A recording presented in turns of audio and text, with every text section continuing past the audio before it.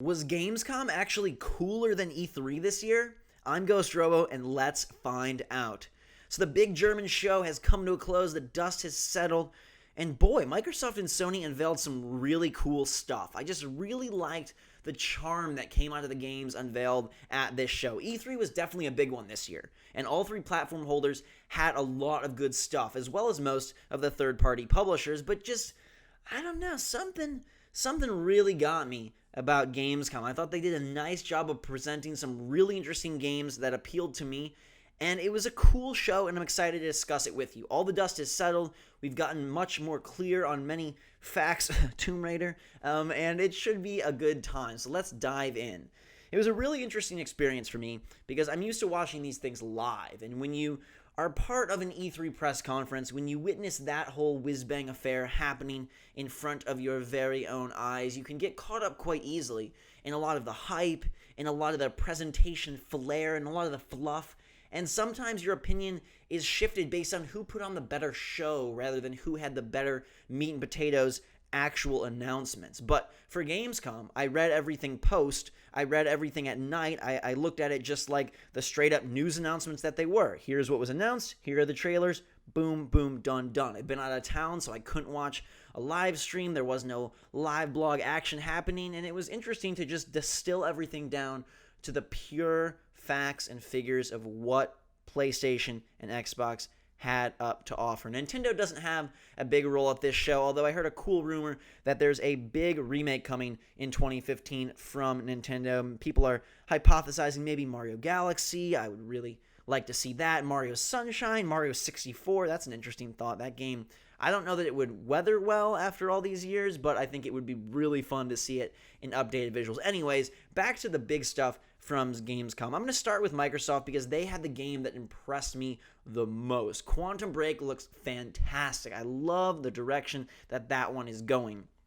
That's the game from Remedy, the creators of Alan Wake, and it's kind of not really a sequel, but it's progressing along the same lines of what they like to make. And this was a big game when the Xbox One was unveiled. People talked about Quantum Break. They showed some really cool sort of teaser trailers and talked about it's going to be integrated with a TV show. Basically, the game is a third-person shooter with time-altering mechanics and a crime scene vibe. It looks amazingly beautiful, and I think the mechanics are just fun enough to really help progress the storytelling that they like to do. If they can keep the mystery and intrigue from Alan Wake, that game is going to win me over because they nailed so many concepts of a mystery thriller plot that most video games don't even dare dip into. And sure, the gameplay in Alan Wake wasn't the star of the show, but they did some very cool things. For example, I love the fact that you could see most of the landmarks you were about to reach off in the distance. So, oh my god, there's a gas station over there, I gotta get there, and then you actually would get there. And I hope that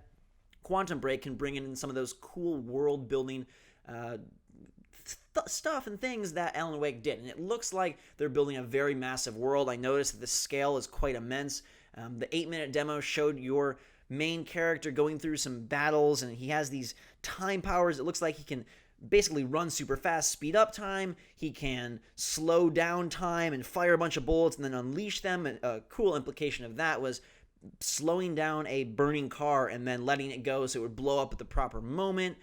He's got just some quick dashes to get in for melee attacks, and then at the end of the demo, there's this really great visual bit where everything kind of freezes mid-accident on this bridge, and you see the cars flying, there's just debris in the air, he's kind of swimming through it with his hands and grabbing guns out of frozen officers' hands, and you don't really know why this is happening. Did he activate it? Some secret shadow organization? Is he in a dreamland? What's going on? But then he does battle with these two enemies who seemingly can bypass this whole time stoppage, and it looked really, really, really fun. I just like the whole mystery and sort of sci-fi thriller aspect that they're clearly going for there. Yeah, it's traditional third-person shooter stuff, but I have faith in Remedy that they can kind of elevate that to another level. So that is one that I'm super excited for. It's supposed to come out a little bit earlier than where it's targeted for now. My guess is that is going to be sort of the September slot for 2015. Little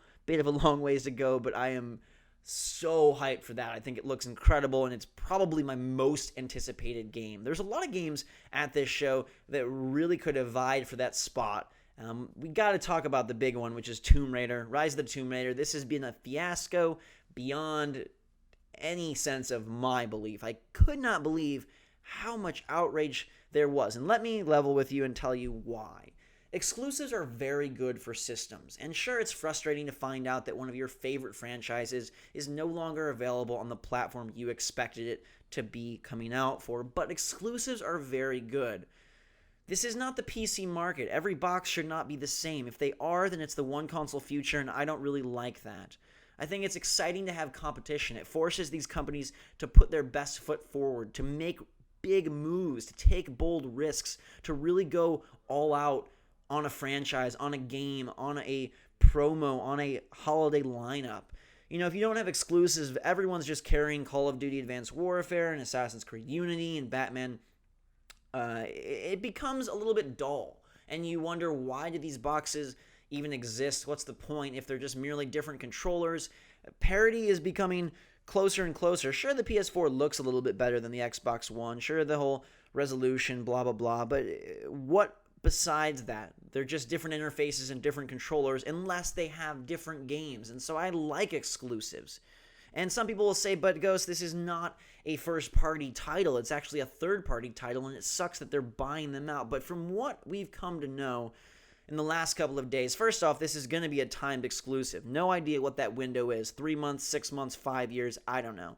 My best guess would be about a 9-month window. I think that would make sense. So the game releases on Xbox One exclusively holiday 2015 and comes out summer 2016 for other platforms. That would be my guess. It could be more, it could be less, but the real interesting new details that have come out just recently are that Microsoft is actually helping to fund the development of this game as well as all the marketing. And this is something that a lot of people kind of just scraped over as well. They're saying this is a ridiculous move, it's going to sell less copies, it's going to make less money. Well, you got to think about it from kind of the other side of the coin, which is that by putting this out as an exclusive, you are going to get the backing of Microsoft. And that's an important, that's an ace in the hole. If you look at store space, if you think about shelf space, certain games get heavily promoted over others. If you look at TV advertisements, online advertisements, having the backing of the actual platform holder is a huge deal. And so when you're looking at holiday advertising, when you're looking at those montages you see for Xbox One fall 2015, when you're looking at Walmart's end caps, when you're thinking about what games are going to be really pushed as the must-haves for this console for new console purchasers, Tomb Raider is going to factor in now. And that might not have been the case had it been just another multi-platform. You know, sure, it's great to see Destiny on PS4, and it's really cool that Advanced Warfare has a relationship with Xbox One, but there's nothing quite like an exclusive relationship, because then Microsoft has a reason to kind of go all out. In the same way that Nintendo goes all out for Mario Kart, in the same way Sony does for Last of Us, Microsoft will for Gears of War and Halo, that sort of thing. And by doing that, it's possible that Rise of the Tomb Raider actually could sell more copies than Tomb Raider Reboot of a year ago. And that may sound totally counterintuitive, but it's definitely a possibility. And we have to imagine that the install base for Xbox One is going to catch up to PlayStation 4 over the next 12 to 16 months. I mean, it's kind of impressive when you think about what Microsoft has done here. I read an interesting post on NeoGAF about how they have set a new standard for responding to consumer complaints. As much as everyone likes to bash Microsoft, I mean, I half wonder if Sony announced that Rise of the Tomb Raider was exclusive to PS4, would people even be upset? There seems to be this strange Sony bias still lurking in the air, and I ask you, what have they done for you? What have they done for you? I mean, PlayStation Plus is a great program. They're pretty good about giving away some nice freebies, but what have they done for you? Did they buy you your console? Have they given you a free controller? I mean, they have created amazingly good vibes and good feelings and said the right things, but they're charging you just as much as Microsoft. They're asking you to buy the same price games. They're tasking you with paying for PlayStation Plus and buying multiple controllers and all that same stuff. These companies aren't really doing you any favors. You're still paying them for their product. And Microsoft has responded well. You know, people did not like the online-only thing. They cut that out. People did not like Kinect. they cut that out so they could achieve price parity. And the funny thing is they do these things and then you'll have people bash them and say, oh, they're just weak, they're losing focus, the original vision is totally gone. Guys, this is what the consumers asked for. I think it's pretty impressive. They change leadership, they try to really rewrite the face of Xbox with Phil Spencer and say, hey, we want to appease the masses, and that's got to be respected. That's got to be looked at as a positive, because when Sony does it, it's looked at as a positive. You think they wanted to not have online only? You think they really didn't want to charge you more for stuff? I mean, come on. These companies exist to make money. They're not there to be your best friend. So when they make a move to get your goodwill, it's as much of a ploy as when Microsoft does. I firmly believe that all companies exist, at least within this space, to make money and thrive. You have to remember also that the developer is not the one making these choices. It's not Crystal Dynamics and whoever else choosing to have Tomb Raider be exclusive. It's the publisher. It's Square Enix making that deal. And they probably got a really big amount of money from Microsoft to make that happen. So I don't really have a problem with it. I understand people are frustrated, but remember, when you bought Tomb Raider on your PlayStation 3, it didn't come with a little piece of paper that said, we promise the theoretical sequel will be on PlayStation 4. There wasn't even a sequel at that point, and who knows if a sequel would even be possible without some of Microsoft's backing. Do we know that? We don't. I don't know for sure that it wouldn't have been possible, but it's something to think about, and I wonder if this game would be on the scale that it would be at if not for Microsoft's support and backing. So I think you got to let that go if you're upset about it. I know it's frustrating, but I think it's going to make for a better game. I think it's going to make for bigger sales, and I think ultimately it's what's better for the company. They're looking at profit margins, not just copies sold. So if Microsoft is giving them cuts on royalties or discounts on other aspects of the process, they could really be doing well. So if you're a fan of the franchise, right, and you want them to do you one good, then do them one good and be glad that they're getting the best deal. They didn't do this to screw themselves over. They did this because they believed it's the best for the franchise. And hey, it's nice to have something on Xbox One that makes you want it. I know everybody can't afford both. I fully understand that. When I was younger, I couldn't. So I know, but it's nice to want that Xbox One. It's nice to have cool games on both platforms. It creates competition, it creates parity, and it urges the other company to work harder. Enough of that. Let's move on to some of the other things announced. 2 new Xbox One consoles. We've got a Sunset Overdrive White Bundle, and more interestingly, a Call of Duty Advanced Warfare really cool looking 1 terabyte model. And this is one that I'm excited about because that 500 gig initial storage space isn't really that much. 1 terabyte makes a whole lot more sense when you're downloading most games, as I've begun to do. And you want to have Plants vs. Zombies Garden Warfare on your console. You want to have, Destiny or the Master Chief Collection. You probably want to have those on your system. It just makes sense. And so increasing the storage space is a great move, and I am tempted to pick up that console and that limited edition controller when it releases in November. A couple betas got announced. Evolve will come with a beta first on Xbox One in January, since that game has now been pushed back to February. You've got a Fable Legends beta in October, and a few other minor things were announced. Talked about more independent developers getting on board with ID at Xbox. They gave some more details on Ori and the Blind Forest, which is a cool, very beautiful game coming out this holiday season. And they showed some new footage for a couple of games. Master Chief Collection gave details on the Halo Guardians beta. It's 4-4, now launching December 29th, which is just about as far back in 2014 as you can get. But it's going to be a couple of maps, a couple of modes. Looks like it should be a fun time, different armor sets. And I'm very excited to pick up the Master Chief Collection. Not really for the remakes, but more for that dang beta, because I am jonesing for some brand new Halo action. Although the multiplayer looks sweet on Master Chief Collection. It's exciting to have all those maps and that old feel back in our hands in nice high definition, and I think that will be a big seller for Microsoft this fall. Roller Coaster Tycoon Studio, Frontier Developments, announced a new game called Scream Ride for Xbox platforms next year.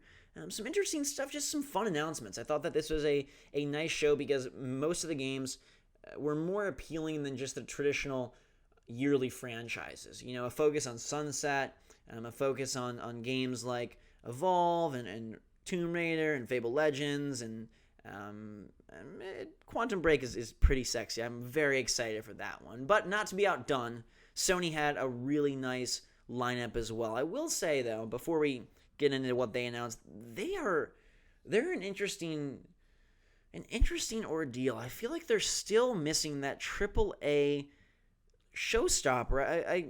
I don't understand what their studios are doing. Xbox One doesn't have that many exclusives, but we're seeing something like Quantum Break, and that's super impressive. But what does Sony have to match that? I mean, you got to worry a little bit because we know Uncharted 4 is coming out, but does Uncharted 4 really have the mass appeal that we think it does? I believe that The Last of Us has given Naughty Dog so much acclaim and so much notoriety that people now believe Uncharted to be like this really, really mass market title. And I don't know if it is. I mean, does Uncharted have the same really broad stroke appeal as something like a Call of Duty and Assassin's Creed? If the game wins Game of the Year, sure, it's going to get a lot of accolades. Sure, it'll sell a lot of copies. But I could see Tomb Raider selling more than Uncharted. I know Uncharted and Drake is a big name, but I just wonder how big. Beyond Sony fans, beyond Naughty Dog fans, where does that go? Where does that carry over? Does the Madden player buy Uncharted 4? Does the Assassin's Creed player buy Uncharted 4? I don't know. I think they need more up their sleeve, because if you're going to face off against Halo 5 Guardians, Rise of the Tomb Raider, Quantum Break in holiday 2015 on Xbox One, what does Sony have? We saw some things they have coming sooner, one of those being The Order, and that game looks really pretty. I've played it. It looks gorgeous. It's one of, if not the best looking game that we have seen to date for next-gen consoles, but I don't think that game has ever been tapped to be a huge hit. I mean, I think it's tapped to be like a 7 out of 10 game that looks really pretty and fills the calendar for Sony. I mean, can anyone see any way that game achieves a 9 out of 10, 10 out of 10 score? It's basically a corridor shooter with some interesting weapons. It started off with so much more promise. You've got these sort of almost detective-style gunmen in this ancient London setting, but also with this paranormal flair. Could it be a co-op game, open world, exploring the streets of sort of this almost Transylvania-esque London? And it kind of never panned out to what I thought it might be. It's basically a corridor shooter. There's nothing wrong with a good corridor shooter, but I don't think this game ever is gonna be like a blowout hit. I don't think it's gonna sell all that amazing, and I don't think it's gonna be a Game of the Year candidate. I don't think this is a game you buy the Sony console for. I think it's a game that appeases people that are freaking desperate for Sony exclusives, because all you've really got is Little Big Planet and Drive Club and then The Order, and it's like, what the heck else are they gonna make? Hello? God of War? I mean, I'd take a God of War at this point, because we need to see something AAA. The coolest announcement that Sony made, I think, for me personally, was Hellblade, which is the next game from Ninja Theory. What a great developer. I mean, they did Heavenly Sword, Enslaved, DMC. I love the new DMC. I almost wish they were making DMC too, but this Hellblade game has a female character as the protagonist, which is sweet. It looks like a darker take on what they're used to. Maybe they've gotten, more in line with that mature rated flair from DMC, as opposed to Enslaved, which is more of a gorgeous, beautiful world. There's a lot of browns in the trailer, but maybe they can bring some of their trademark color into it, and great combat. Like, that's going to be a good one. But interestingly enough, you'll see that they themselves, Ninja Theory, stated this is a independent AAA game. Like, they want to make it a AAA quality game, but also with independent styling. So that's not really looking to be like the major hit for the PlayStation 4. We got DayZ announced. The Thomas Was Alone creator, his new game Volume coming out in PlayStation 4 in 2015. A lot of great indie announcements. My favorite being the Tomorrow Children from Q Games. They did all the Pixel Junk stuff, and this game looks eerie and awesome. It's almost like, the way I described it to my brother is like, take the Rudolph the Red-Nosed Reindeer old claymation creepy style, and then have them be fighting giant titans and keeping this Russian communist society going. I don't even really fully understand the game. It looks to be a bit open-worldy, a bit crafty-esque, a bit cooperative, taking down enemies, tower defense maybe a little bit, sort of city survival sim. It looks really cool. You got to check out the trailer for that one. I'm really excited. I love seeing games that have such a unique style, and that right away you can identify what that game is. Too many shooters just look the same. But the Tomorrow Children, boom, you know what that is. And then Rhyme. God, Rhyme is beautiful. Basically looks like Wind Waker made by a different team. I think Tequila Works is in on that one. It's coming to PlayStation 4 next year. So beautiful. Oh my God. It almost makes me tear up to see a game like that colorful, that pretty. You're a boy on an island solving puzzles, trying to escape. There's an amazing pig in the trailer. You gotta watch it. It's stunning visually. It looks to have some mystery of its own, some weird creatures and just cool puzzles. Noticeably absent, though, was The Witness. This game was talked about as being a launch title from Jonathan Blow, creator of Braid, and now where is it? When is it coming out? Clearly not this year. I think it's great to let creators take their time, but that was a big marquee, well-known name for PlayStation, and it's not here. So, again, noticeably absent is something huge that's exclusive to PlayStation 4. These indie games are great, doing sort of the Destiny exclusive content, and the co-op stuff without a disc for Far Cry 4 is interesting. By the way, they kind of talked it up as like, your friends can play games without the disc. My friend actually texted me and said, I'm going to get a PS4 now because I can play your games without the disc. And I was like, well, it's going to be very limited and have some serious time restrictions and whatnot. It's not full-on play the games your friends have. It's more test them out in a specific mode. But what are they doing bringing an enhanced version of Tearaway to PS4? If that's not filling the gaps, I don't know what is. Tearaway is a cool game. Media Molecule are great guys, but they're tapping Media Molecule to basically make 2 remakes.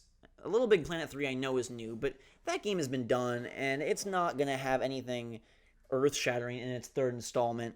And Tearaway is just a redressing of the Vita game. So, it's good to fill your calendar. I understand that, but where is the exciting, big, console-defining experiences? Where are the games that make us really want to buy this system? What is the must-have title? Infamous is really great. They showed a new trailer for First Light, the DLC pack coming at the end of this month, and that looks just awesome. Excited to play as Fetch. She actually looks to have more neon powers than Delson was able to wield, so that's fun. In the snow, breaking out of the Conduit prison. Looks to be a good time.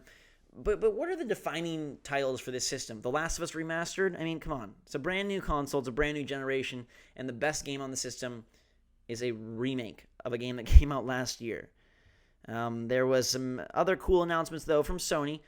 Housemarque, our favorite guys who did Resogun, Super Stardust HD, have a new game called Alienation. Fast-paced shooter. PlayStation 4 exclusive. Michel Ancel, Rayman creator, Beyond Good and Evil, please bring out the sequel, man. Announced an open-world game called Wild, and it's like animals and hunters, cavemen. I don't even know how you really describe this thing. It looks interesting, though. I don't know what the gameplay mechanics are, but it's an open-world game with animals and hunting and whatnot. Could be cool. Where is the shining star of the show? What do you lock onto if you're looking to buy a PS4? What's the game? What is it? It shouldn't be Killzone. That wasn't the greatest. Infamous is a very fun game, but it's a short-lived experience. The Last of Us is available on a console that's half the price. What is it? They're putting a lot of energy into making Destiny seem like it's an exclusive, but I don't know that it's really that exclusive. They showed off the expansion, but that sure isn't exclusive. The first one's coming in December, by the way, which is pretty soon, but good. I think if you're going to have that game, I know it looks a little shady to have your first expansion coming out 3 months after the game itself launches, but you got to keep that thing pumped with content. Trust me, if you're only going to have one area per planet, you got to keep that thing primed with new content, new areas for us to play and explore. I'm more excited about Destiny than you could expect. I love the beta. I have my gripes with what they're doing. I wish there was more areas, but I'm so pumped to play more. I love that game. It plays so good. Really, really hyped for September 9th. I want to play it. I want to check out Venus. I want to check out Mars. I want to get in on more of the strikes and the raids. I'm worried about the raids because you need to have 5 friends online at the same time. I don't know if I can even make that possible, but perhaps we can throw some community stuff together. Sony had a lot. It's just nothing of a major degree. Cool stuff, though. Vanishing of Ethan Carter is coming to PlayStation 4. And then they revealed what is this game called? I'm totally brain farting on this one. Basically, it's a game about friends in a cabin, and bad things happen. There's many endings and different paths. People can die and survive. I think it's called Until Dawn. Doesn't look that great graphically and looks pretty darn scary, but I am excited because it seems like an interesting concept. Sony, the PlayStation 4 is kind of the platform of interesting concepts right now. Like a huge indie focus, a lot of unique, exclusive, smaller games. Bringing in some very good studios to do exclusive work like Ninja Theory with Hellblade. But I still feel like they really need a big star, a big diamond to headline their console. And I don't know when that's coming. It doesn't seem like it's coming in the first half of 2015. Is it even coming in the second half? I don't know. Where is that Rockstar Sony game? Bloodborne is going to be a big deal, but Bloodborne is probably not the showstopper that at least I'm thinking of. For a lot of people, it will be. For me, it will be. I'm so excited for Bloodborne. I think that's an amazing get for Sony and going to sell very well, but it's not like the kind of thing you plaster on the front of the Target ad, to advertise to moms and dads like you do with Halo or Gears or God of War or The Last of Us when that came out. I mean, that was a huge deal. It had so much emotional cash. It had so much developer trust and faith. They need a game like that. So where is that going to come from? What do you think that'll be? What studio is going to deliver Sony's showstopper? Because I think Quantum Break could be a big deal. I know that it's probably not a headliner in the same way that Halo is, but I think that's going to be a major game for Xbox One. And I can't think of what the major game is going to be. Hellblade is cool, but it's way too niche to be a major. I mean, it just is. Let's be honest. That game is going to be probably really great. I'm super excited to play it. And Bloodborne, I know Dark Souls 2 really kind of stepped on to the mainstream a lot more than, say, Demon Souls, but I don't know if Bloodborne, especially with that name, I don't know if it transcends. I don't know. We'll have to wait and see. But there was so much good stuff announced at this show. I'm really positive on both fronts. I think the PlayStation 4 and the Xbox One have bright futures. I really like, let's highlight some favorites here. I mean, there's so much good stuff. My number one favorite is Quantum Break. I really love that. The Tomorrow Children looks awesome. Like I said, Rhyme looks freaking fantastic. I'm so excited about Hellblade from Ninja Theory because I love those guys. And then I thought the two new consoles from Microsoft, this new SKUs, were really cool, the new boxes. And maybe this wild game from Michel Ancel will turn out to be something fun as well. They showed off more AC Unity gameplay. That's looking amazing. So excited for that one. Running through Paris with the enhanced free running, it looks snazzy. Still worried about Sunset. I'm bagging on Sony a little bit here and there, but I don't know that Sunset Overdrive is I played it at E3. I didn't really like it. I think it looks really good. I don't know that it plays very good. I think it is a great, fun sort of change of pace game to advertise. I don't know if it's a great, fun change of pace game to play. We'll have to see. I did not like what I played, but I thought it controlled really crappy.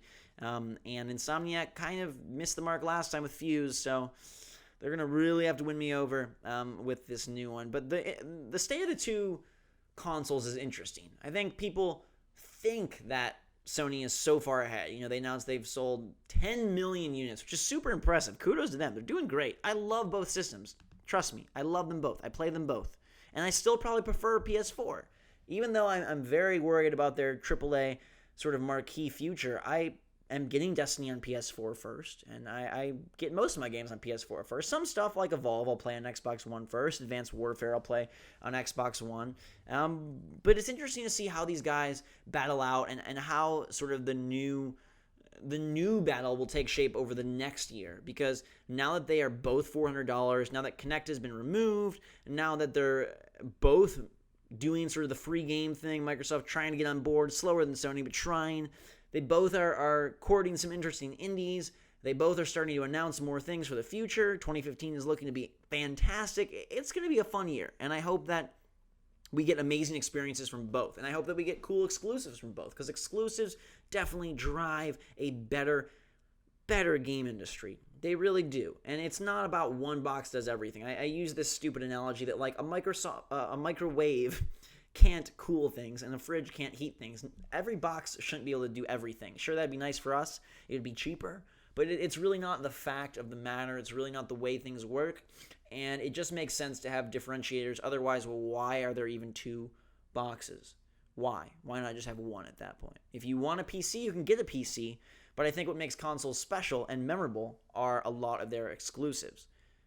And let's not forget Nintendo. I don't mean to kick them out of this race. I mean, they're kind of out of it in terms of a sales and sort of mind share frame, but they're making great stuff, and I look forward to them immensely. Super Smash Bros. Is going to be awesome later this year, and I'm hearing that they're prepping big games much more frequently in 2015. So it'll be interesting to see. Their stuff can go toe-to-toe with some of the giants. A game like Mario Kart, even though it's got that kiddie fun look, it can really duke it out with the Halos and with the Uncharted. I believe that it can. And let's take a brief minute to talk about Advanced Warfare just quickly, because that was kind of lumped into the Gamescom stuff. I think that game looks interesting. I'm not going to make a final judgment on it yet. I haven't played it, but it looks like they're going in a fun direction. They're almost putting too many things into it. It looks like everything that they could think of for multiplayer is in the dang game. They got the big multiplayer reveal at Gamescom. It's basically Titanfall meets Call of Duty. You've got these exoskeletons that have different abilities, ground pound, dash, boost jump. They've added modifiers to kill streaks, so instead of just a regular sentry gun, you can have a rocket sentry gun. They've added co-op kill streaks, so lesser skilled players can hop in and mark targets to feel like they're a part of it. They've added some new modes. The maps seem that they're more changing throughout the course of battle and also interactive. And they've now got a pick 13 system instead of pick 10. You can add score streaks in there or take them out and just throw in more perks. It looks like they're really trying to put a lot of oomph behind this one, realizing that Ghost fell flat. Ghost being sort of the pinnacle cross-gen experience. This one still cross-gen, but leaning more heavily in the next-gen direction because the last-gen version is being developed by a different studio, and so I'm hopeful that Advanced Warfare can kind of recapture some of the Call of Duty fun, because even though Call of Duty is an annualized franchise that kind of is getting beaten into the ground, this one has been in development for a long time. Sledgehammer has a new take on it. I hope you give them a fair shake, because we need multiplayer fun games this fall, especially for next gen. With Evolve getting bumped to February, with the Master Chief Collection basically being a remake. I mean, not basically, it is a remake, and that beta not starting till the very last few days of the year. What are we going to get into multiplayer on next gen? I mean, it's basically got to be Call of Duty Advanced Warfare. What else is there? Battlefield Hardline got pushed. So in terms of big online games, I really hope that Evolve could have taken some of this space up, but it's not. It got bumped to February. So what are we all going to be playing together? Obviously, more Plants vs. Zombies Garden Warfare, because they support the heck out of that thing better than anybody. But in terms of next-gen games, Destiny for sure. But that's September, so getting into that Christmas season, what game are we going to pick up and all want to play with our friends? What's going to make you want to buy a next-gen system to play with your friends? Advanced Warfare has a lot riding on its shoulders and has an opportunity to really be successful. And yeah, you can kind of bash it for having similar stuff to Titanfall, but every movie and game is going in this sort of exoskeleton, futuristic military tech direction. It's not like they just straight up copied Titanfall. It's everywhere in modern media, all around you. Every field of entertainment is utilizing these similar concepts, so don't bash them for just stealing ideas. They're just doing what everybody is doing. And I think it looks pretty cool. So I'm excited for that. And I'm excited for a lot of things coming out of this show. Let me know what you are most excited for, whether it be a new Xbox One console brandishing the Advanced Warfare logo. Maybe it's Quantum Break. Perhaps it was the new look at the Order 1886. I'm still excited to play that game, even if I don't think it's going to be that big of a deal. What game is it going to take for Sony to really have that marquee title to push their console? And where do you think these guys stand in terms of the current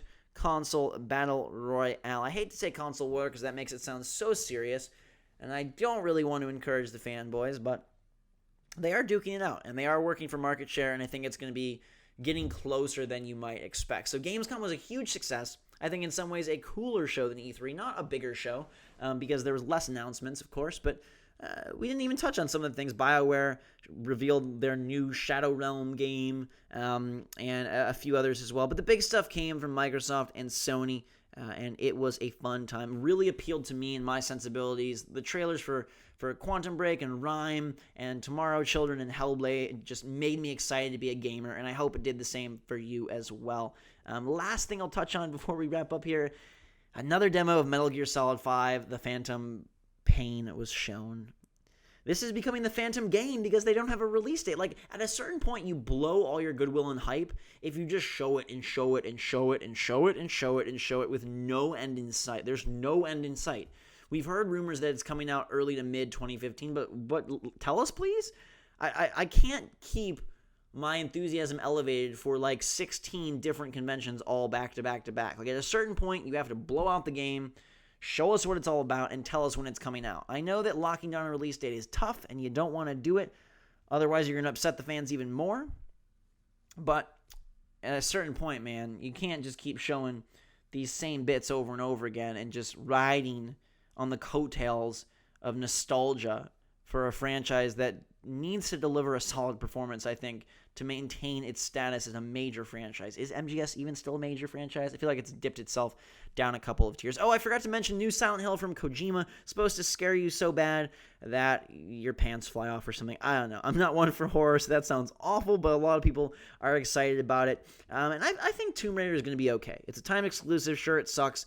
And you have a right to be frustrated because you're not, if you're a PS4 owner and you're not going to buy an Xbox One, that's frustrating and annoying. But think about it big picture. Think about it large scale. Exclusives are good for the industry, and this may be the only and or the best way that Rise of the Tomb Raider is able to come out. So make sure you really think about stuff. Do something nice for somebody else in your life today. You guys have a fantastic day yourself. Thank you for listening. Look forward to reading and responding to your comments. Hit that like button if you enjoyed this long, fun discussion all about Gamescom. I had a blast. I hope you guys did as well. I love talking games, and I can't wait for the fall and 2015 to come. So until that time, guys, girls, thanks again for watching. Drink so much, y'all. Have a fantastic day, and we will see you all later.